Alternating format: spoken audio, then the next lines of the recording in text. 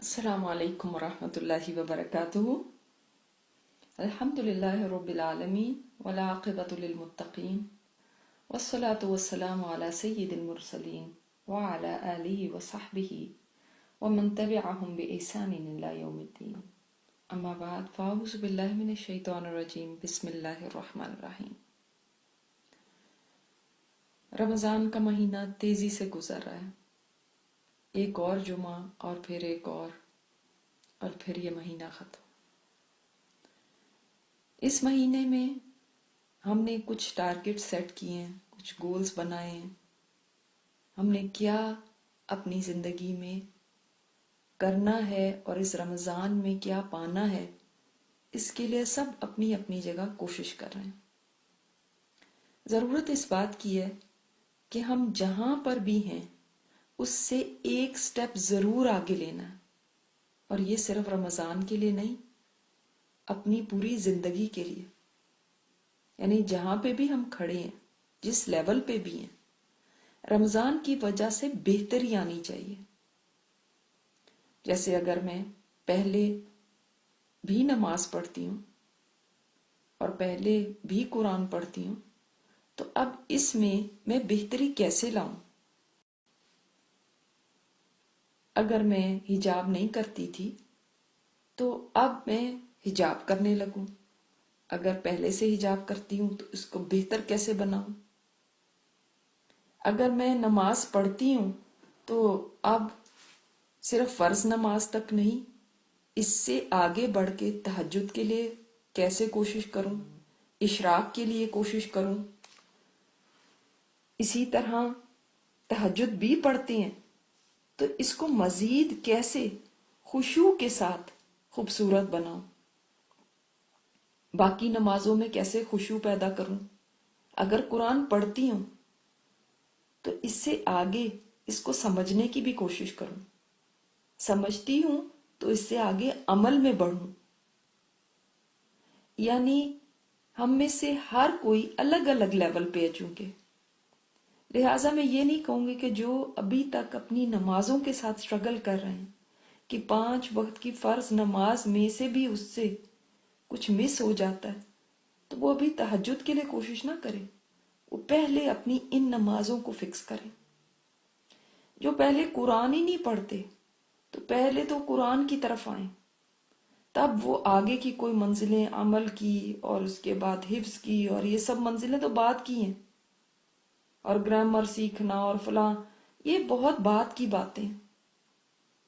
پہلے آپ بیسکس پہ آئیے، اور جو بیسک پہ کھڑے ہیں وہ اس سے اوپر کا سٹیپ لیں، جو اوپر کھڑے ہیں وہ ایکسلنس میں جانے کی کوشش کریں۔ کہنے کا مقصد یہ ہے کہ آپ میں سے کوئی بھی اپنی جس جگہ پر ہے اس پر مطمئن نہ ہو جائے، اور یہ نہ سوچے کہ بس میں تو کافی کر ہی رہی ہوں۔ نہیں، ہر بندے کے پاس روم ہے امپروومنٹ کا، کہ وہ اس سے بڑھ کے آگے ہو۔ ہم تو کچھ بھی لیول پہ نہیں ہیں، اور ہم سمجھ لیتے ہیں بعض دفعہ کہ میں تو سب کچھ کر لیا، میں تو یہ بھی کرتی ہوں، یہ بھی کرتی ہوں، 2-4 چیزیں ہم نے اپنے ذہن کے اندر بٹھائی ہوئی ہیں اور ان کو کر کے بس مطمئن ہو کے بیٹھ جاتے ہیں۔ حالانکہ ابھی گنجائش ہے ہماری نمازوں میں، قرآن میں، ہمارے اور نفلی جو ہماری عبادات ہیں ان میں، ہمارے اخلاق میں، ہمارے صدقہ و خیرات میں، ہمارے معاملات میں لوگوں کے ساتھ۔ تو ہم پہلے تو دیکھیں کہ ہم کس درجے پہ ہیں، اور اس کے بعد اس سے اوپر والے درجے پر جائیں۔ کیونکہ اگر ہم نے اپنی زندگی میں اس سے آگے بڑھنے کی کوشش نہیں کی تو ہم کبھی بھی دنیا سے جاتے وقت ہائی لیول پر ریٹائر نہیں ہوں گے۔ دیکھیں، دنیا کے معاملے میں کبھی کسی نے نہیں یہ کہا کہ میرے پاس کافی پیسہ ہے، اب میں سوچتی ہوں کہ اب کیا ضرورت ہے، اور نہیں، وہ کہتے ہیں جتنا ہے اس سے بڑھ کے ہو۔ جو ملینئر ہے وہ بلینئر بننے کی کوشش کرتا ہے، جو کروڑ پتی ہے وہ ارب پتی بننا چاہتا ہے، جو لاکھ پتی وہ کروڑ پتی بننا چاہتا ہے۔ جس کے پاس 1000 ہے وہ کہتا ہے لاکھ ہو جائے. لیکن نیکیوں میں ہم اتنی جلدی مطمئن کیسے ہو سکتے ہیں؟ ہم کیسے کہہ سکتے ہیں کہ کافی ہے؟ ہم جہاں ہیں نا بہت اچھے ہیں، اور آلویز ہم دیکھتے ہیں کہ ہم سے تو پیچھے کتنے سارے لوگ ہیں اور کتنے سارے لوگ تو یہ بھی نہیں کرتے. کبھی پیسوں کے معاملے میں بھی سوچتے ہیں کہ میرے پاس لاکھ ہے تو کسی کے پاس تو کچھ بھی نہیں ہے. ہم اس میں کیوں آگے بڑھنے کے لیے اتنی کوششیں، اتنے جتن کرتے ہیں کہ اپنی زندگیاں لگا دیتے ہیں جیسے کہ وہی مقصد حیات ہے، جبکہ ہماری زندگی کا وہ مقصد تو نہیں. ہماری زندگی تو یہ مقصد ہے کہ ہم یہاں پہ نیک عمل جمع کر لیں تاکہ وہاں پر ہم سرخرو ہو سکے، وہاں کے عذابوں سے بچ سکے، کیونکہ وہاں پر عمل کا سکہ ہی چلنا ہے. تو یہ دنیا سے جب ہم نے ریٹائر ہونا، ایک دن ریٹائر ہو جانا، جیسے لوگ جاب سے ہوتے ہیں اس طرح زندگی سے بھی ریٹائر ہونا، اور اس ریٹائرمنٹ پہ ہمارے پاس کچھ ہونا چاہیے. آپ دیکھیں لوگ اپنی پوری زندگی ہر مہینے اپنی تنخواہ سے پیسے کٹواتے رہتے ہیں. کس لیے؟ ریٹائرمنٹ کے لیے، کہ جب ریٹائر ہوں گے تو یہ سب ملے گا، چاہے ان کو مہینے میں سے کچھ تنخواہ میں کمی کرنی پڑے، گزارا کر لیں گے، لیکن اپنی ریٹائرمنٹ کے لیے ضرور کچھ کرتے ہیں. حالانکہ کیا ان کو یہ یقین ہے کہ ریٹائر ہوں گے بھی یا نہیں؟ اس لیے کہ ہو سکتا ہے اس سے پہلے ہی دنیا سے چلے جائیں.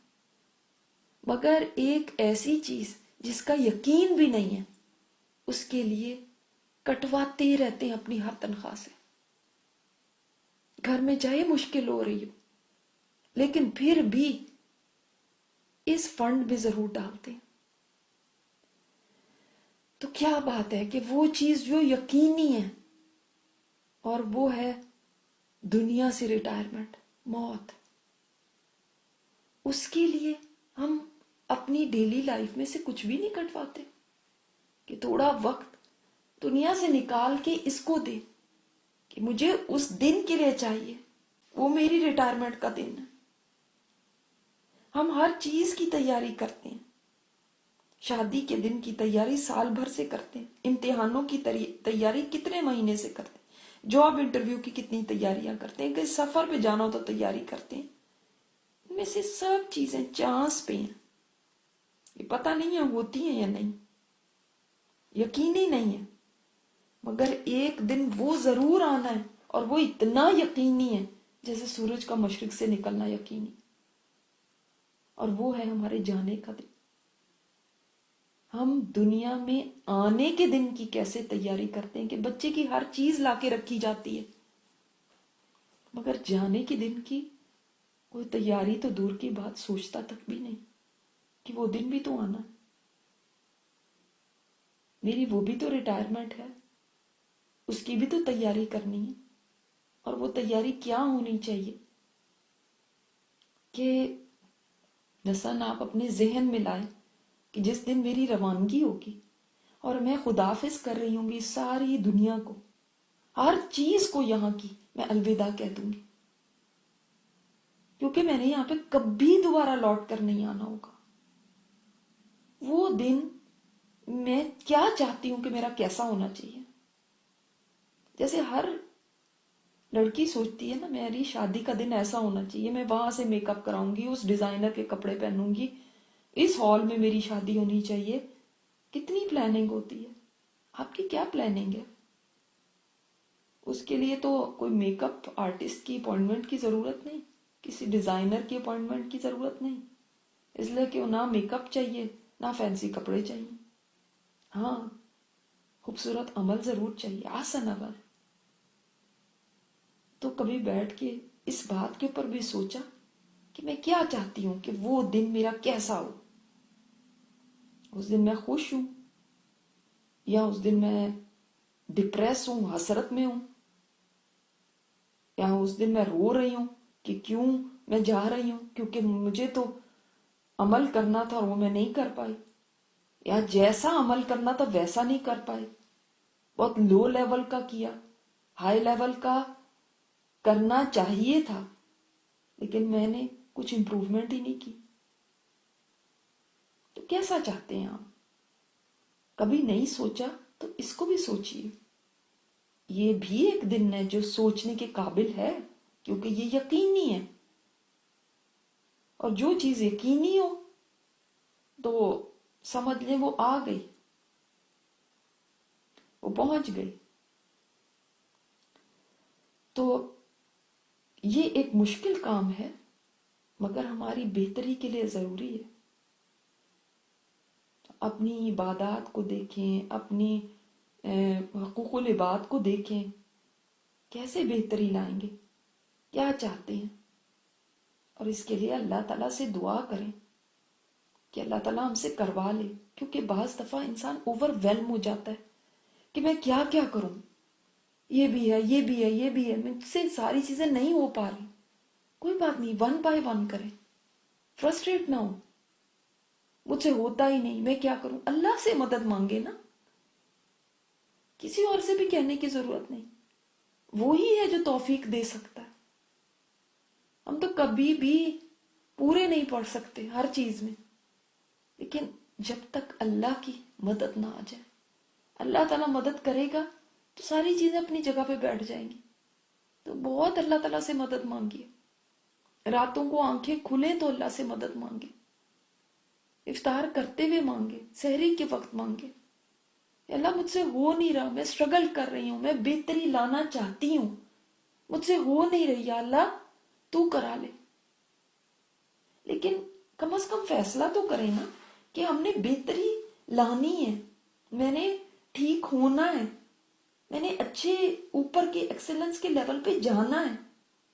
اور اگر یہی سوچا ہوا ہے کہ جس طرح چل رہا ہے چلتا رہے، چل تو رہا ہی ہے نا، گزارا تو ہو ہی رہا ہے.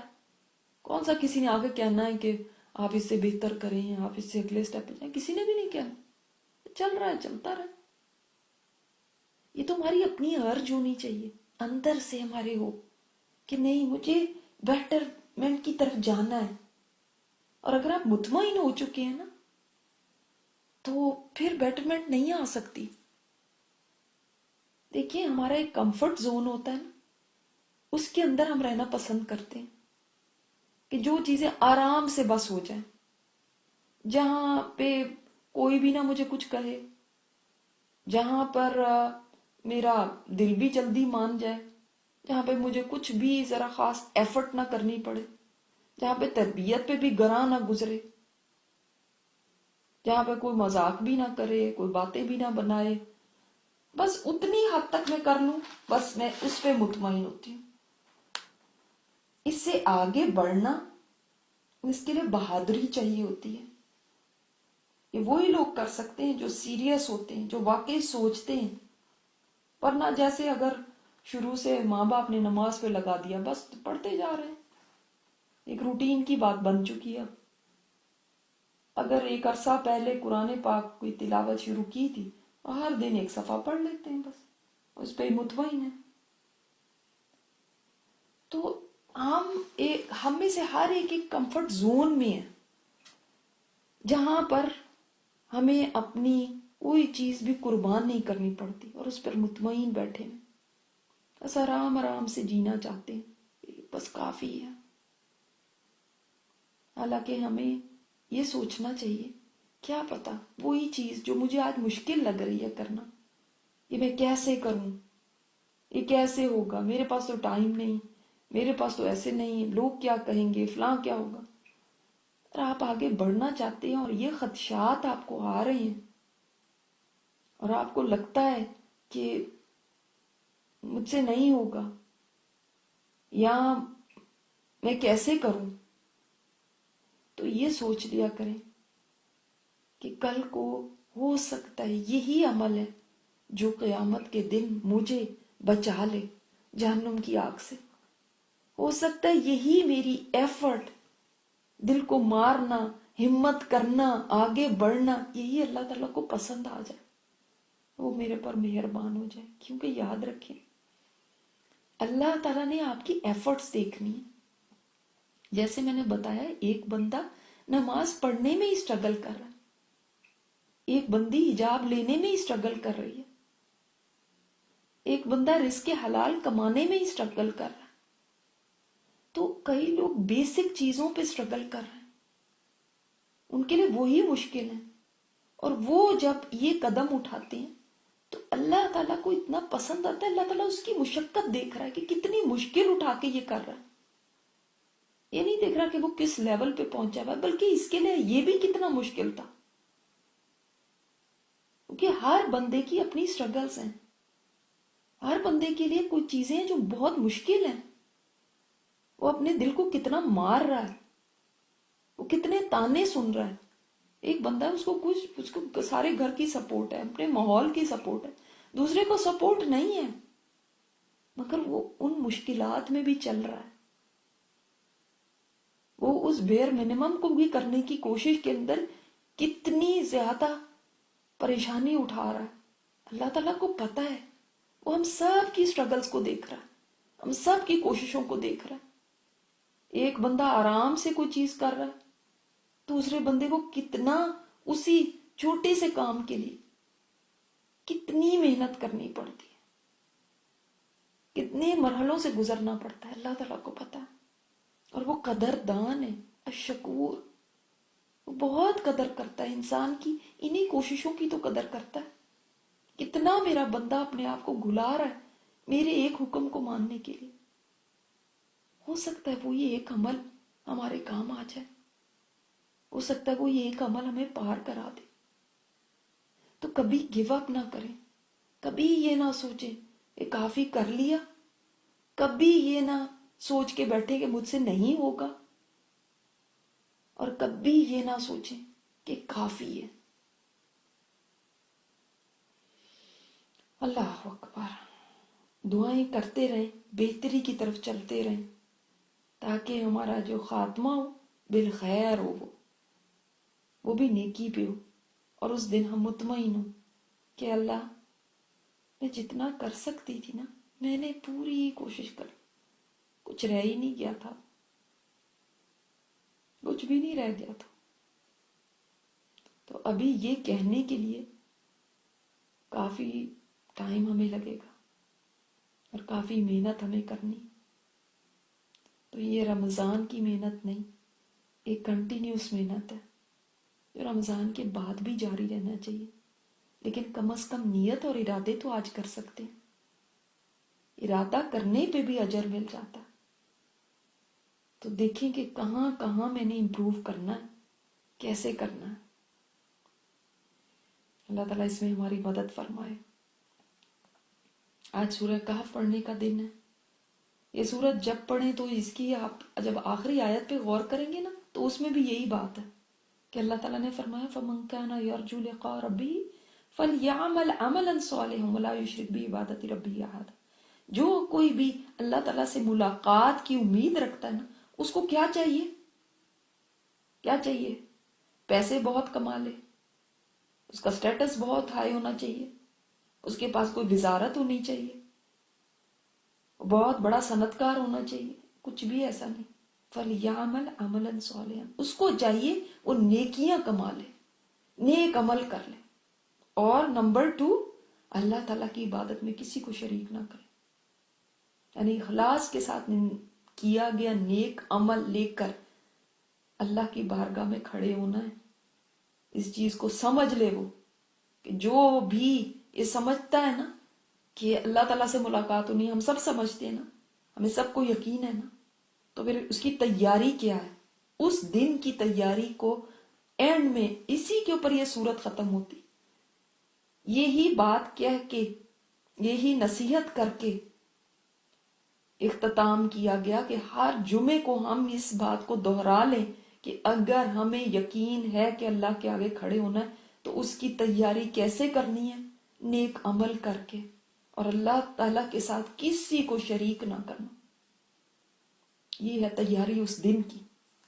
تو یہ پلے باندھ لیں کہ نیکیوں کی پونجی ساتھ لے کے جانی ہے، اور اس کے لیے رمضان سے بہتر کون سا ٹائم ہو سکتا ہے کہ ہم اس پہ سوچیں۔ پھر اس صورت میں فتنوں کے دور سے گزرنے کے لیے بھی ہدایات ہیں، کیونکہ ہم قرب قیامت کے دور میں رہ رہے ہیں، اور یہاں اس دور میں فتنے اتنے زیادہ اتنے شدید ہیں کہ بارش کے قطروں کی طرح واقع، جیسے حدیث میں آتا ہے، ایک کے بعد ایک فتنہ، ایک کے بعد ایک فتنہ۔ اور ان فتنوں میں، ان آزمائشوں میں ہم نے کیسے چلنا ہے، پھسلنے سے کیسے بچنا ہے۔ کہیں ایمان کا فتنہ آ گیا تو اپنا گھر بار چھوڑ دینا، اپنی کمفرٹ چھوڑ دینا، چاہے غاروں میں جا کے رہنا پڑے، ایمان پہ کمپرومائز نہ کرنا۔ مال کا فتنہ آ گیا تو ہمبل رہنا اور اپنی واپسی کو یاد رکھنا، کیونکہ مال کا فتنہ ایسا ہے، یہ وہ آزمائش ہے، انسان واپسی بھول جاتا ہے، اسی میں گم ہو جاتا ہے اور اس کو یاد ہی نہیں رہتا کہ ایک دن جانا ہے۔ یہ یاد رکھنا جو رب دینے والا ہے وہ راتوں رات سب کچھ برباد بھی کر سکتا ہے۔ پھر علم کی آزمائش آئے تو یاد رکھنا تم سے اوپر کوئی علم والا ہے تو کبھی تکبر نہ کرنا۔ علم کا تکبر بڑی جلدی آ جاتا ہے کہ میں بڑا علم والا ہوں۔ پھر ہر چیز بہتری کی وجہ سے، ہر چیز کے اندر ہر کام جو ہو رہا ہے اللہ تعالی کی طرف سے، وہ بظاہر چاہے انسان کو برا نظر آئے، اس میں کوئی شر نظر آئے، چاہے وہ کسی کی موت ہی کیوں نہ ہو، لیکن اس میں بھی خیر ہے، چاہے کوئی دنیاوی نقصان، مالی نقصان ہی کیوں نہ ہو، اس میں بھی خیر ہے۔ تو یہ چیزیں ہمیں یہ صورت سکھاتی ہے۔ اور اسی طرح حکومت اور اقتدار کی آزمائش آ جائے تو بھی اللہ کے آگے جھکے رہنا، کمزوروں کی مدد کرتے رہنا، کیونکہ یہ نشہ بھی بہت جلدی دماغ پہ چڑھ جاتا ہے اور انسان اس آزمائش کو سنبھال نہیں پاتا۔ تو آزمائشیں صرف ایمان کی نہیں ہوتی، آزمائش علم کی بھی ہوتی ہے، حکومت کی بھی ہوتی ہے، مال کی بھی ہوتی ہے، ہر طرح کی آزمائشیں ہوتی ہیں، اور اللہ تعالیٰ دے کر بھی آزما رہا ہوتا ہے۔ حکومت ملی، علم ملا، مال ملا، لیکن اللہ تعالیٰ دے کر بھی آزماتا ہے۔ تو کوئی سمجھ کے پڑھے اس صورت کو، تو جہاں یہ فتنہ دجال سے بچاتی ہے، وہاں ہر فتنے سے باقیوں تو باقی سارے چھوٹے فتنے ان سے بھی بچاتی ہے۔ اور ہمارے دین نے ہمیں فتنوں کے زمانے میں بھی گائیڈنس دی ہے، کہیں پہ بھی چھوڑا نہیں ہے ہمیں تنہا۔ تو ہم لوگ پریشان تو بہت ہوتے ہیں کہ فتنے اتنے، مگر دیکھیں فتنوں سے بچنے کا بھی تو طریقہ ہمیں بتا دیا گیا۔ تو لہٰذا اس صورت کو سمجھ کے پڑھیے گا، اور یہ صورت ہمیں بتاتی ہے کہ اللہ تعالیٰ جو ہے کچھ بھی کرنے پر قادر ہے، چاہے تو 300 سال سلا کے اور پھر جگا دے۔ اور آپ دیکھیں جب ہم دعائیں بھی کریں تو اس بات کو ذہن میں رکھیں کہ وہ رب کچھ بھی کر سکتا ہے، اس کے لیے کوئی چیز مشکل نہیں۔ عزیر علیہ السلام کو 100 سال سلا دیا اور پھر اٹھایا تو وہ کھانا جو ذرا دیر باہر پڑا رہے تو سڑ جاتا ہے، وہ کھانا 100 سال بعد بھی فریش تھا۔ اور وہ گدھا جو شاید 40-50 سال زندہ رہ سکتا ہو، وہ ہڈیوں کا پنجر بنا ہوا تھا۔ ایسے رب کے لیے کون سی چیز پھر ناممکن ہو سکتی ہے؟ جب دعا کریں اس بات کو یاد رکھ کے کریے، ہماری دعاؤں کے اندر یقین ہونا چاہیے کہ اللہ کر سکتا ہے، وہ ناممکن کو ممکن بنا سکتا ہے، وہ دلوں کو پھیر سکتا ہے، کوئی چیز اس کے لیے کرنی مشکل نہیں۔ اور وہ تو ایسا ہے کہ آپ صلی اللہ علیہ وسلم نے فرمایا کہ بے شک اللہ تعالیٰ نہایت رحم کرنے والا، بڑا با حیا، بڑا قدردان ہے۔ اس کو حیا آتی ہے کہ اس کا بندہ اس کی طرف ہاتھ اٹھائے اور وہ اسے خیر تھمائے بغیر لوٹا دے، یعنی اپنے بندے کو خالی ہاتھ لوٹاتے ہوئے اس کو شرم آتی۔ یعنی جب آپ نے ہاتھ اٹھا لیے تو یاد رکھیے گا یہ ہاتھ خالی واپس نہیں لوٹیں گے، یہ بھرے ہوئے لوٹیں گے۔ ہمارے دروازے پہ کوئی فقیر آ جائے تو ہم اپنی استطاعت کے مطابق کچھ نہ کچھ اس کو دے کے ہی لوٹاتے ہیں. تو ہم تو انسان ہیں جو خود فقیر ہیں، اور وہ جو غنی ہے، جو بے نیاز، جس کو کسی کی ضرورت نہیں، وہ کیسے کسی کو خالی ہاتھ لوٹائے گا؟ جس کے خزانے اتنے بڑے ہیں کہ جن کی انتہا کوئی نہیں، اور جس کو کسی سے پوچھنے کی ضرورت نہیں، اور جس کو کمی کا خدشہ نہیں کہ اگر دے دیا تو کم نہ ہو جائے، اس سے کیا امید رکھتے ہیں؟ تو لہٰذا یقین کے ساتھ مانگا کریں. اور آج کی دعا بھی اسی سلسلے کی ہے کہ ہم سب کچھ ہی مانگ لیں. دیکھیں، میں نے آپ کو جیسے بتایا تھا کہ ہم اکثر وہی کوشش کریں گے کہ ان دعاؤں کو کور کر لیں جو بہت ہی جامع ہیں. اور یہ دعا بھی دین کے لیے بھی ہے، دنیا کے لیے بھی ہے، اور آخرت کے لیے بھی. اور اس میں انسان ہر ایک چیز کی اصلاح مانگ لیتا ہے. اللہم اصلح لی دینی الذی ہوا عصمت امری، اے اللہ میرے دین کو سنوار دے. اور اس کے اندر، دین کے اندر میری یعنی میرے معاملات ہیں، میرے معاملے کا جو یہ محافظ ہے، وَأَصْلِحْ لِي دُنْيَايَ الَّتِي فِيهَا مَعَاشِي، میری دنیا کو بھی سنوار دے، اس کے اندر میری معاش ہے. وَأَصْلِحْ لِي آخِرَةَ الَّتِي فِيهَا مَعَادِي، میری آخرت کو بھی سنوار دے، اس کی طرف میری واپسی ہے. وَجَعَلِ الْحَيَاةَ زِيَادَةً لِّي فِي كُلِّ خَيْرٍ، میری زندگی کو ایسا بنا دے کہ اللہ ہر دن خیر میں اضافہ ہوتا جائے. جو آج ہم نے ارادہ کیا نا کہ ہم نے بہتری کرنی ہے، ہم نے اپنے کمفرٹ زون سے نکلنا، ہم نے آگے محنت کرنی، تو اللہ میری زندگی ایسی ہو کہ اس کے اندر مسلسل بھلائی میں ہی اضافہ ہو رہا ہو. وَجَعَلِ الْمَوْتَ رَاحَةً لِّي مِن كُلِّ شَرٍ، اور میری موت کو ہر برائی سے راحت کا سبب بنا دینا، کہ برائی سے میں بچا رہوں، بچ جاؤں. تو بہت جامع دعا ہے، سب کچھ ہی اس میں مانگ لیا، کیونکہ ہماری یہی تو ضرورت ہے، دین، دنیا اور آخرت.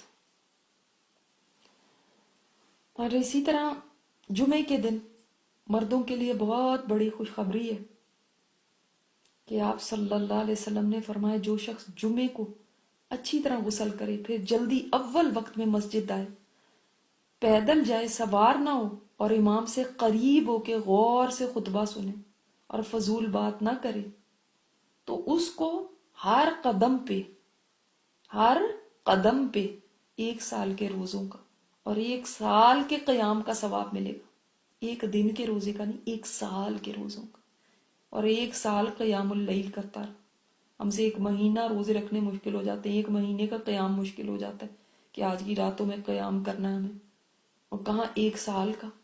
ہر قدم پہ، وہ بھی جتنے قدم چل کے جائے گا اتنا ہی زیادہ، اتنے ہی سالوں کا ثواب مل جائے گا. تو اس کا مطلب ہے کہ اگر ممکن ہو سکے جہاں پر بھی، تو وہ پیدل جائیں مسجد، اور جلدی چلے جائیں، اور قریب امام سے بیٹھیں اور غور سے خطبہ سنیں. اگر جلدی جائیں گے تو قریب بیٹھا بھی جا سکے گا. تو لہٰذا یہ بہت بڑی خوشخبری اور بہت ہی آسان عمل ہے، بہت بڑی نیکی کمانے کا. آج کا جو ذکر ہے وہ درود شریف ہے، درود ابراہیمی.